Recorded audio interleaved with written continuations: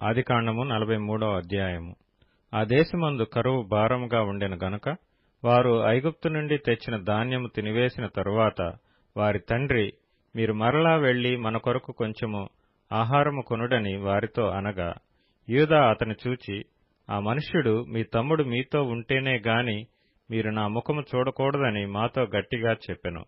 కాబట్టి నీవు మా తమ్ముని మాతో కూడా పంపిన ఎడల మేము వెళ్లి నీ కొరకు ఆహారము కొందుము.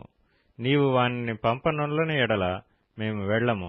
ఆ మనుష్యుడు, మీ తమ్ముడు మీతో లేని ఎడల మీరు నా ముఖము చూడకూడదని మాతో చెప్పెననెను.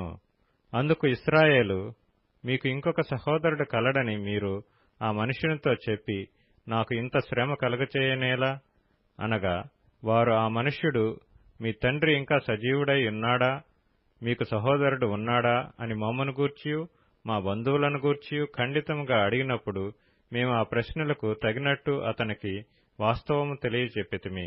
మీ సహోదరుని తీసుకుని రండని అతడు చెప్పునని మాకెట్లు తెలియననిరి. యూదా తన తండ్రి అయిన ఇశ్రాయేలును చూచి, ఆ చిన్నవానిని నాతో కూడా పంపుము, మేము లేచి వెళ్ళుదుము. అప్పుడు మేమే కాదు నీవును మా పిల్లలను చావక బ్రతుకుదుము. నేను అతని గూర్చి పూటబడుదును, నీవు అతని గూర్చి నన్ను అడగవలెను. నేను అతని తిరిగి నీ యొద్దకు తీసుకొని వచ్చి నీ ఎదుట నిలవబెట్టని ఎడల ఆ నింద నా మీద ఎల్లప్పుడూ ఉండును. మాకు తడవు కాకపోయిన ఎడల ఈ పాటికి రెండవ మారు తిరిగి వచ్చియుందుమని చెప్పగా, వారి తండ్రి అయిన ఇశ్రాయేలు వారితో, అట్లైనా మీరిలాగు చేయుడి. ఈ దేశమందు ప్రసిద్ధములైనవి అనగా కొంచెము మస్తకి, కొంచెము తేనె, సుగంధ ద్రవ్యములు, బోళము, పిస్తాచకాయలు, బాదము కాయలు మీ గోనెలలో వేసుకొని ఆ మనుష్యునికి కానుకగా తీసుకొని పోవుడి. రెట్టింపు రోకలు మీరు తీసుకొనిడి. మీ గోనెల మూతిలో ఉంచబడి తిరిగి వచ్చిన రోకలు కూడా చేతపట్టుకొని పోయి మరలా ఇచ్చివేయుడి. ఒకవేళ అది పొరబాటై ఇండును, మీ తమ్ముని తీసుకొని లేచి ఆ మనుష్యుని యొద్దకు తిరిగి వెళ్ళుడి. ఆ మనుష్యుడు మీ ఇతర సహోదరుని బెన్యామీనును మీకు అప్పగించినట్లు సర్వశక్తుడైన దేవుడు ఆ మనుష్యుని ఎదుట మిమ్మును కరుణించునుగాక. నేను పుత్రహీనుడనై ఉండవలసిన ఎడల పుత్రహీనుడనగుదునని వారితో చెప్పెను. ఆ మనుష్యులు ఆ కానుకను తీసుకొని చేతులలో రెట్టింపు రోకలను తమ వెంట బెన్యామీనును తీసుకుని లేచి ఐగుప్తునకు వెళ్లి యోసేపు ఎదుట నిలిచిరి. యోసేపు వారితోనున్న బెన్యామీనును చూచి తన గృహ నిర్వాహకునితో, ఈ మనుషులను ఇంటికి తీసుకొని పోయి ఒక వేటను కోసి వంట సిద్ధము చేయించుము. మధ్యాహ్నమందు ఈ మనుషులు నాతో భోజనము చేయుదురని చెప్పెను. యోసేపు చెప్పినట్లు అతడు చేసి ఆ మనుషులను యోసేపు ఇంటికి తీసుకొని పోయెను. ఆ మనుషులు యోసేపు ఇంటికి రప్పింపబడినందున వారు భయపడి, మొదట మన గోనెలలో తిరిగి పెట్టబడిన రోకల నిమిత్తము అతడు మన మీదికి అకస్మాత్తుగా వచ్చి మీదపడి మనలను దాసులుగా చెరపట్టి మన గాడిదలను తీసుకొనుటకు లోపలికి తెప్పించననుకొనిరి. వారు యోసేపు గృహ నిర్వాహకుని యొద్దకు వచ్చి ఇంటి ద్వారమున అతనితో మాట్లాడి, అయ్యా, ఒక మనవి, మొదట మేము ఆహారము కొనుటకే వచ్చితిమి. అయితే మేము దిగిన చోటికి వచ్చి మా గోనెలను విప్పినప్పుడు, ఇదిగో మా రోకల తూనికకు సరిగా ఎవరి రోకలు వారి గోనెమూతిలో నుండెను. అవి చేత పట్టుకుని వచ్చితిమి. ఆహారము కొనుటకు మరి రోకలను తీసుకుని వచ్చితిమి. మా రోకలను మా గోనెలలోనెవరు వేసిరో మాకు తెలియదని చెప్పిరి. అందుకతడు, మీకు క్షేమమగునుగాక, భయపడకుడి.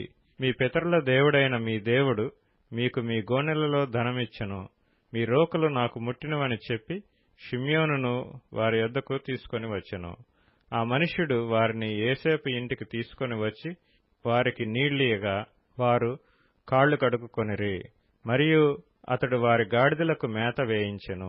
అక్కడ తాము భోజనం చేయవలనని వినిరి గనుక మధ్యాహ్నమందు యోసేపు వచ్చు వేళకు తమ కానుకను సిద్ధము చేసిరి. యోసేపు ఇంటికి వచ్చినప్పుడు వారు తమ చేతులలోనున్న కానుకను ఇంటిలోనికి తెచ్చి అతనికిచ్చి అతనికి నేలను సాగిలపడిరి.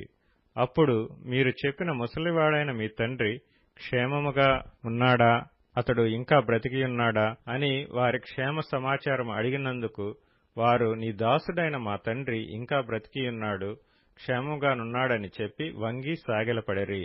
అప్పుడు అతడు కన్నులెత్తి తన తల్లి కుమారుడును తన తమ్ముడైన బెన్యామీనును చూచి, మీరు నాతో చెప్పిన మీ తమ్ముడు ఇతడేనా అని అడిగి, నా కుమారుడా, దేవుడు నిన్ను కనికరించునుగాక అనెను.